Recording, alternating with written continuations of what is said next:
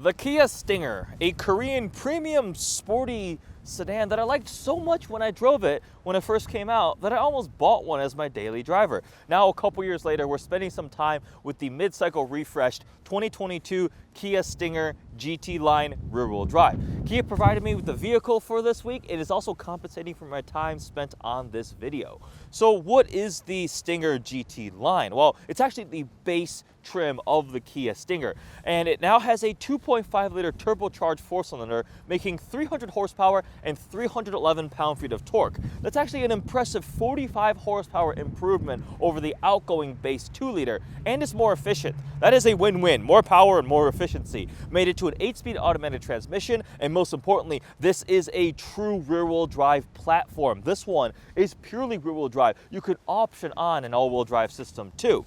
Now, the GT line brings a lot of the style, the appearance, the sportiness, and the tech and luxury on the inside, but not the all-out performance of the full GT model. So the top-tier Stinger GT still gets that 3.3-liter twin-turbo V6, making 368 horsepower and 376 pound-feet of torque.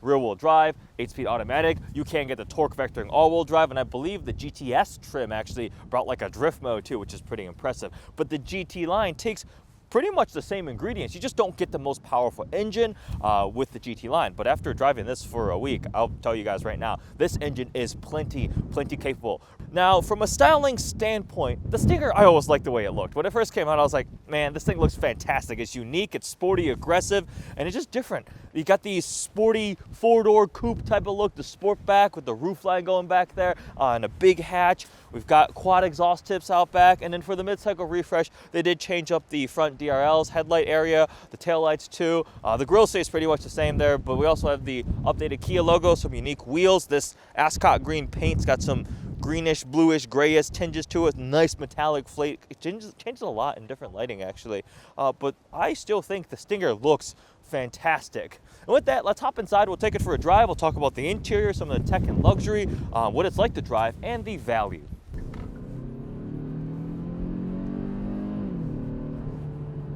Inside the new Kia Stinger GT line rear-wheel drive. So, largely the same compared to when the Stinger first came out. Minor updates. We have a bigger new infotainment screen. Now it's 10.25 inches, landscape oriented, right in the middle, and it's similar, actually, I think exactly the same as the infotainment in the most recent Kia Sorento, the Kia K5, all of them that I've spent some time with, and it works pretty well. It's fully a touchscreen. It is available with Apple CarPlay and Android Auto. We have Sirius, and it works great. Sounds of Nature. If I open that, I can listen to sounds of the forest. That's sea waves right now. So that's an interesting touch. The rest of the interior, I mean, is relatively the same. We've got these circular air vents in the middle, a good amount of black plastic here across the center console, but we've got plenty of tech and luxury features too. We do have heated seats on this one that will turn on, auto stop start, auto hold. It's got some of the DriveWise lane keeping assist and adaptive cruise control. We have paddle shifters on the steering wheel too for this 2.5-liter Turbo 4. So prior to this, I never driven the base Stinger, the first generation. This is a significant power increase, and this Turbo 4 is honestly, in most use cases, plenty of power. Paired with the 8-speed automatic transmission, it'll give pretty quick shifts. We do have drive modes too. I'm currently in sport mode. I have a little toggle right in the middle that can go between smart, eco, comfort, sport, and custom. Put it back into sport.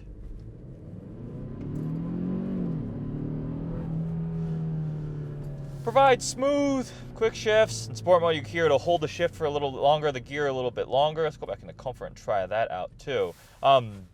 But this is by no means a super sports sedan, right? The GT line brings the stylistic elements, the appearance, some of the nice tech and luxury features of the GT to a entry-level model. For an entry-level model, it's actually pretty phenomenal. If you want more performance, you go up to the GT, GT1, GT2, and even the GTS model, I believe, had drift control or drift mode or something like that. That sounded really cool, and that makes a lot more power too, but also costs quite a bit more money. As a base model trim, as a GT line, I think this thing has a great interior and drives really well. We also have the upgraded Harman Kardon sound system in this vehicle with the larger sunroof too. Visibility space-wise is pretty good. Headroom, everything is pretty good up here. I actually haven't sat in the back seat. I'll make sure to do that in the other video. It's got a very spacious trunks rear hatch area too. It rides pretty comfortably, decently isolated from the outside in terms of noise and things like that. So as a daily driver that I've been using this for the past week, driving to and from work, grocery trips, things like that, the Stinger GT line is really good. If we talk about value, so the Stinger GT line starts at just over $36,000. As option, this one is just under 40. It's like 39,000 something. And that's not cheap for a car, but this is a more premium offering in the Kia lineup. I mean, starting at over 35 grand is pretty pricey when they're much more affordable, just regular four-door sedans. But this was never brought to market as a just regular four-door sedan. It's a rear-wheel drive based platform. That's so much better than a front-wheel drive based platform. You can get all-wheel drive with torque vectoring and things like that. So it's a more premium product offering. Now, compared to the GT models with a bigger engine and a more fancy toys on those, is it a good value? Yes, because you get 90% of the experience, you just minus the last bit of performance and things like that. That's the whole point of the GT line, right? It looks just as nice with the big quad exhaust tips out back, got some cool wheel designs, the same roof line and things like that. It just doesn't have that final puzzle piece of the power, and from that perspective, I think it's a good value because you're saving $10,000, over $10,000 going for a GT line.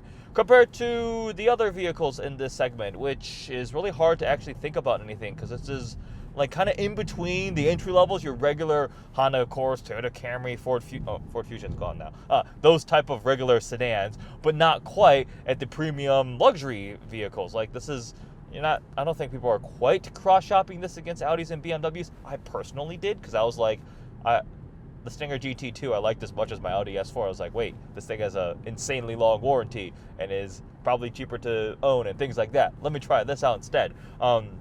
So from that perspective, it's also a good value too. It just depends. It's sold decently well, the Stinger. Nothing crazy from what I've seen the numbers-wise. You don't see them every single day, so it does have that unique factor to it. But all I can say from my personal standpoint is I almost bought one. Why didn't I do it? Well, I went way up market and purchased a much more powerful vehicle, so it wasn't even a direct competitor, but I was really thinking about one. And now with the mid-cycle refresh, a couple years later, spending some more time with a Stinger, this time the GT line, I still think it's a really, really cool car, and I'm happy that Kia is still making this vehicle.